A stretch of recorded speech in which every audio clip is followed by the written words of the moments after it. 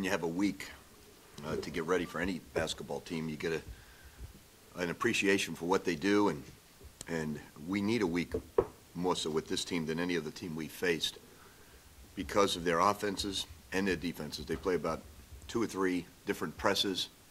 Their offense is very difficult to defend, and this, although everybody is certainly carried away with the Cinderella story of Florida Gulf Coast, and rightfully so, along with LaSalle, this basketball team, to me, is maybe the most underrated ever to play in the tournament. Any team that beats St. Louis by 20 points and holds them to 44 points with the way St. Louis was playing is just really clicking at the right time. So we've got our hands are more than full, and we need a good week to get ready for them because they are very fast, very physical, very tall, very athletic, and extremely well coached. Talk a lot about styles, though.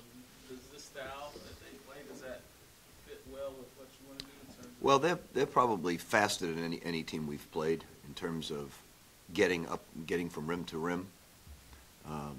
They also play great defense. They have great length. They have a young man that had 17 rebounds against Travis Ford. And they fit the thing that blew me away about Oregon that many of you won't know because you think of Pac-10 basketball is how physical they are. In St. Louis wasn't held down like that at any point during the season. As I've watched them before the game, and they're a team that was on a mission with their obvious experience, and Oregon just took Oklahoma State as well as St. Louis out of the game completely. How much, you mentioned their press, how much do they press? I mean, is it a game? Quite a bit. Yeah. They'll three-quarter court press to slow you down. They'll face guard press. They'll have a guy in the ball press. Do you talk to Travis about them? You reach out to him about them? I did. He was at yesterday's practice. What kind of things did he say about? I keep that between the two of us. But he was very impressed, needless to say, very impressed, not a little. How helpful can that be? You know, anybody's opinion. I've spoken to 5 different coaches who have faced them. Everything's helpful, but it's the players that obviously our players. The one good thing, they knew how good Colorado State was. That's why they played as well as they did, because of their focus and respect for Colorado State. Before we take the court on Friday, they will know how good Oregon is if they don't know already.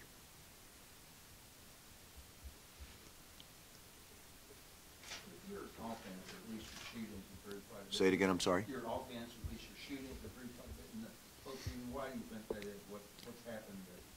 Oh, I just think that players should click better at the end of the year, and they are. Since the 7 games, it's gotten better and better. That being said, the speed and quickness of this basketball team is a lot different than anything we faced. The flip side of that, have they played a team from the tape study that presses as much as you guys do? I'll give you the cell number of the coach. You can call him CL. I've watched a lot, but do you have his number? Could you give it to CL? One of the things Oregon State, she said after the game was that your team didn't use the eye test to play so hard. Your guards play like they're 6'10". Going into the year, did you envision that this was how you had to play? Was there other way to go about it? Now, if you remember back, we said that we were going to be a different basketball team than last year, that we were going to play multiple defense, apply more full court pressure.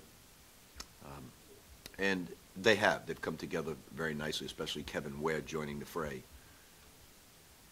This basketball team can only win one way. You know, we're the same way. If you watch us on film, you don't get an appreciation for what we do. Oregon's the same way. You know, like that was the #1 point Travis made to me. He said, "Coach, do not go by what you see on film with those guys. Do not." So they are extremely physical. And What can't you see on film? well, sometimes you can't measure the competition on film. Like perfect example is so many high school tapes you get on a young man. You can't measure athleticism, quickness, speed on film as well because of the competition. You really don't know it. Now, if you see Oregon play UCLA on film, which I just watched, you can get an appreciation for both teams because you know UCLA's speed and quickness. So you understand that. So it depends on competition. You can't judge competition sometimes. Like if we were playing Georgetown, you couldn't get a good feel for our speed and quickness from playing Georgetown because of the style of game. You see 5, 10, 15 games, though.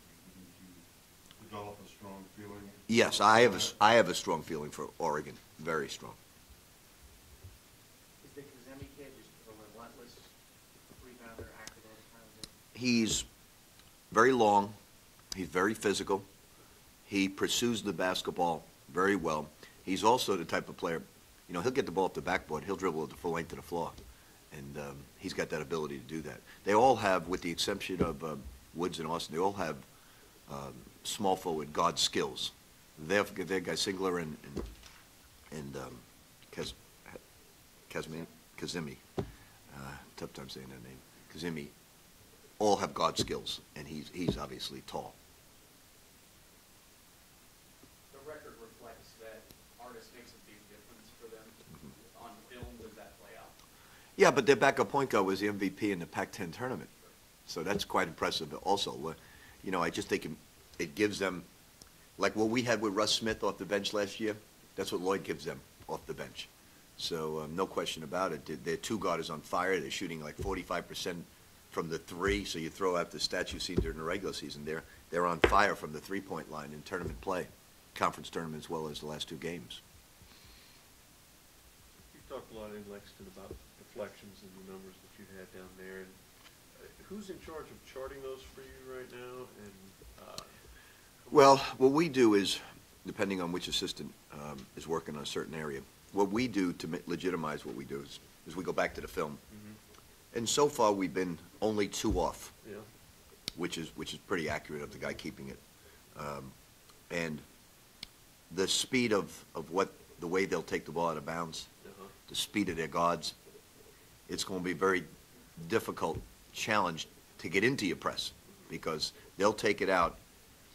They're like a North Carolina, for you guys who visualize watching North Carolina, the way they get it out of the net and the way they advance it up the floor, exactly like that. And a few years back, we had trouble getting into our press against North Carolina. Everybody talks about the press. Have you been happy with what you guys have done in the half court, forced a lot of turnovers out of the half court? Look, I think we played as well as we played all season against Colorado State because they were a very good basketball team. And we're going to have the same type of game to beat Oregon. At every phase, we were good. We were good with rebounding. We had to be because #1 rebound team in the country. And we'll have the same task at hand against these guys because they rebound the ball terrific.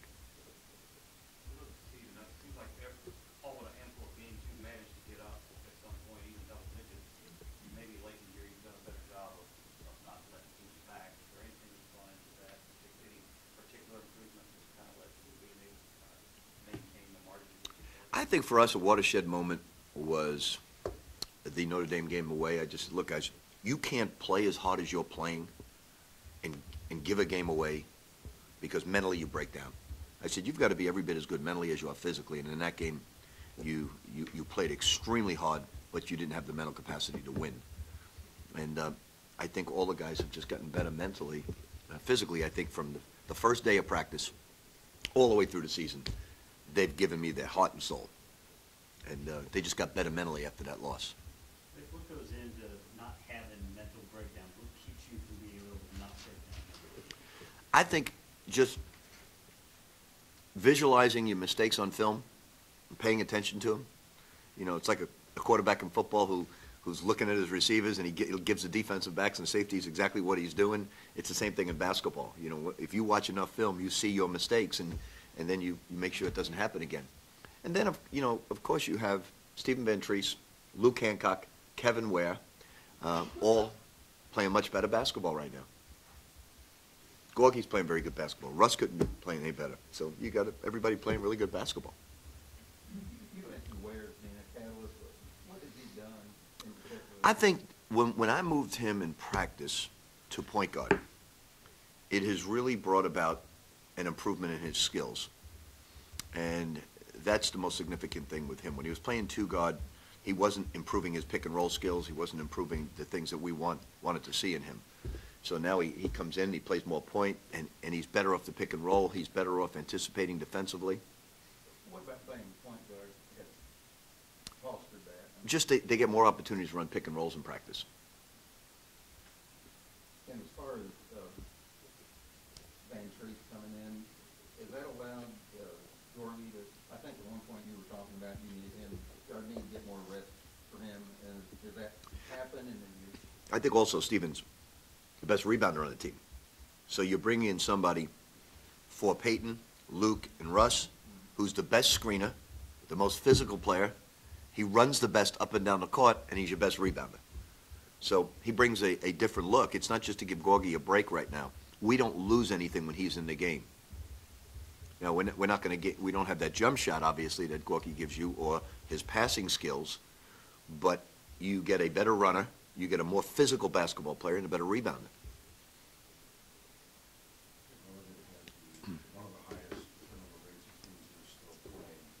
How much of that is a function of their pace, and how much of it is a function of Well, sloppiness? you answered it correctly. It really is their pace, because they're not sloppy at all.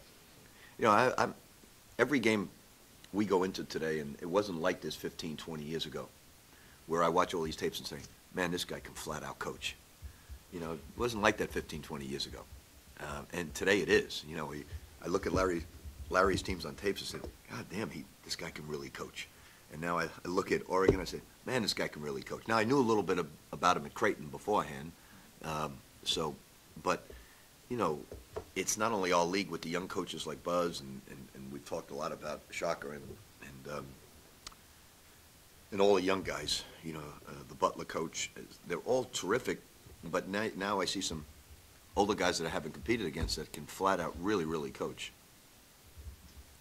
Coach, you, just a moment ago, you were talking about your players all season long giving their heart to you, and then you were talking about 15 years ago, it wasn't like that in coaching. And I'm just wondering if you could, you know, take a big broad look at the set and style of today's going through the tournament, the competition in the colleges, the demands of the players, the skill of the coaches. I don't understand the question you're asking. I don't either. No, just a big broad look at the drive for a championship and all that goes into it, and your team this year. You know, I think the fun thing about college basketball today, that we talked about this before the tournament started, the LaSalle and the Florida Gulf Coast is really the norm today. And, you know, everybody's got a different way of doing it. You know, one of the things I don't like, the only thing I don't like about this job is, like, we were in Lexington, and everybody made a big deal about us being there, and nobody made a big deal about them being here last year in our house. It was like it was okay, and it wasn't okay to go there. And then when you say something, you think it's a direct quote about Kentucky, and it's really not. They don't think about us. We never think about them, and it's a great thing for us to go play there, and it's a great thing for them to go play here. So it's the only thing I don't like is they think you're directing, when you talk about your program, you're directing it at them. It's really not that way, because they've got an awesome program doing it their way. And Duke has an awesome program doing it their way. Tom Izzo's got an awesome program doing it their way. And we're all running a different corporation. And we have different ways of managing our people. And that's what it really comes down to. We're all managing people a different way, motivationally, X and O-wise, recruiting-wise. We all have a different way of doing it, and that's what builds so much drama back into this game. I think college basketball right now is healthier than any time I've seen it before, because the NCAA has finally done some very positive things. Now, I will say that, without looking ahead, in 2016, the landscape of college basketball will change as dramatic as anything I've ever witnessed since I've been a coach. So, because of their academic standards. But in just maybe players today, you know, you guys, you say that they're dedicated, and is that just the norm too? I think the players I have right now are no different than the players I've had in '87. No different. They act the same. They carry themselves the same. They're fun to be around. But I think it starts with, for us, when they walk through that door, the discipline of the game of life that we have with them. So I think they all buy into, players that come here know exactly the way we are with classes, they know exactly the way we are with discipline, and they buy into it. What struck you about Andy Anfield? Was he with you at the start? He was a shooting coach for us. I mean, are you surprised at what he's been able to accomplish there, or is it something that jumped out when you had him that you thought this guy could be a... It doesn't surprise me. It surprises me they're in the Sweet 16. It doesn't surprise me that he's being successful because he has a very good basketball mind. He's very analytical, and you know they're playing with and they're playing with a great flair right now. How long was he with you? 2 years, I believe. Prior to the tournament, you said you could see 14, 15, 16 teams winning. What made you say that, and you've been proved here recently? Because, you know, there are very few teams that I've seen that just when they step on the court, you're going to have to play incredible and get hot.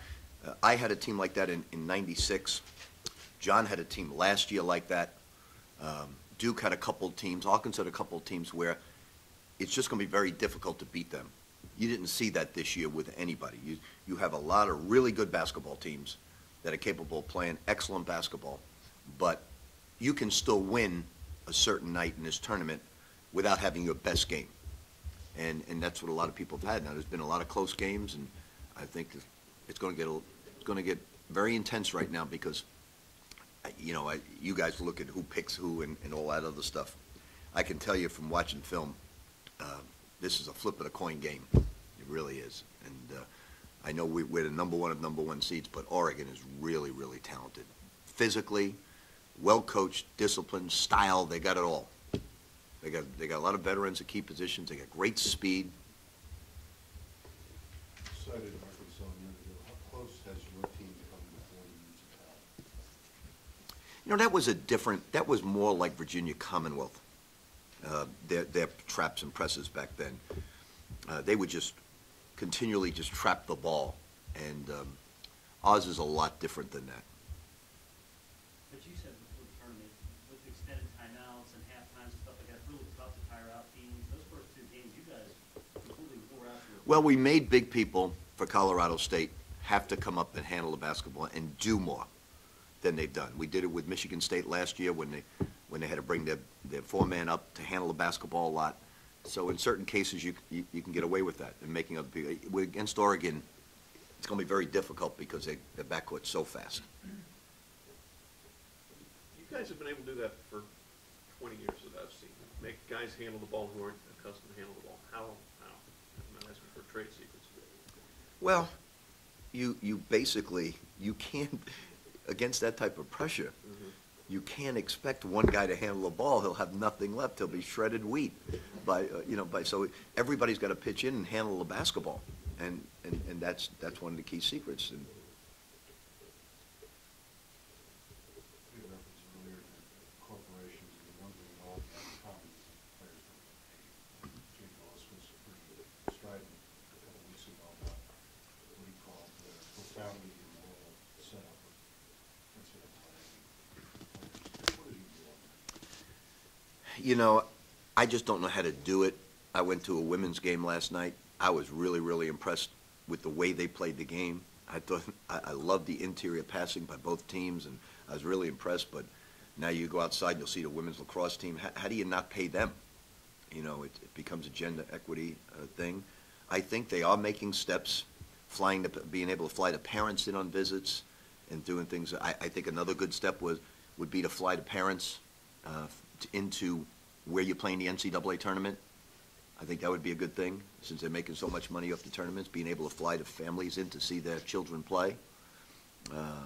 I think there are ways to do it, but I think it has to be based on tournament time. I don't know how you separate Iowa wrestling from Louisville basketball. I just don't know how you do that. Do you feel you're exploiting these players at all? I really don't. I think when our players leave here, they are well-disciplined and well-educated to the game of life, forgetting what they do in the classroom. They know not to quit. They know how to dig in. They know how to get there early, how to stay late. We're teaching them the greatest lessons that you can't learn in a classroom. And no, I don't think college coaches ever exploit their athletes. You know, my players are my closest friends in life. They're my friends. And, you know, Travis Ford, you know, last night I just thanked him. I hit a text and said, Trav, thanks for stopping by. I really appreciate it. And it was really nice of you. And he said back, Coach, I love you, man, right away. And that's what it is. It's a love affair you have with your players. And it just takes time to build that type of thing in a Peyton Siva and a Russ Smith and a Gorky Zhang. It takes time, and they're learning. You know, when you come out of programs like Duke and Michigan State and Oregon now and Colorado State in these programs, and they're getting all that discipline and being early, being on time, being ready, being prepared. All of that is just a blueprint to how to succeed in business. Phyllis's other big issue is that the game is too physical. Has that continued in the postseason? No. No, actually it hasn't. I think the postseason's called more like what Jay would like to see. I thought the Big East this year was ridiculous. I agreed with him wholeheartedly. I think, you know, you have to have freedom of movement. If you just turn on the, you know, the channel on TV, on ESPN where you see all the old games, you see people being able to make all these passes and cuts. You can't keep stopping freedom of movement on offense. You can't stop that. And the NBA has cut down on that. I've told you many times a story about us getting together to try and create more points, and they've done it. So it has to come from the head of officiating and the rules committees and saying, we are going to allow freedom of movement in our game, and we're not going to allow you to bump and grind the entire game.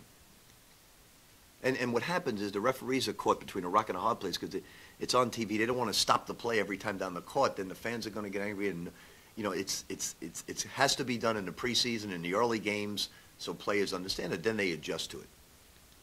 One more to Coach. Do you have any tips for Jeff on how to handle Brittany Griner? I'm just a fan of our women and our ladies. They played great last night, dear. The place was really lively, but we had to go against Tim Duncan one year, and he has a much taller order than we had in terms of trying to stop that gal. So I don't know how he's going to do it.